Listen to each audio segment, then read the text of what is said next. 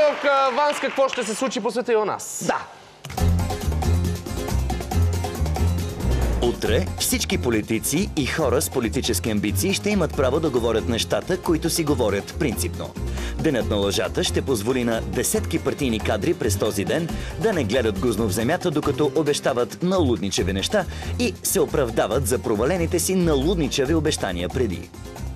Във вторник, манията за висящи кафета, които добродетелни хора плащат за тези, които не могат да си позволят кафе, ще доведе до внезапен наплив на извънредно енергични бездомни хора, тичащи по улиците и не можещи да заспят нощем.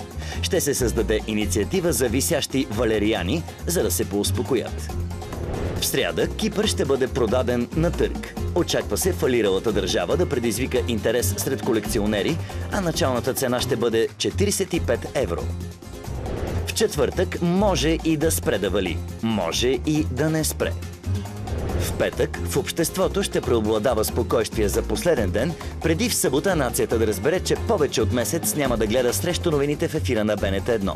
Следва вълна от траур и ревящи по улиците милиарди българи, тъжащи за предстоящия телевизионен дефицит на играта и Лунгов.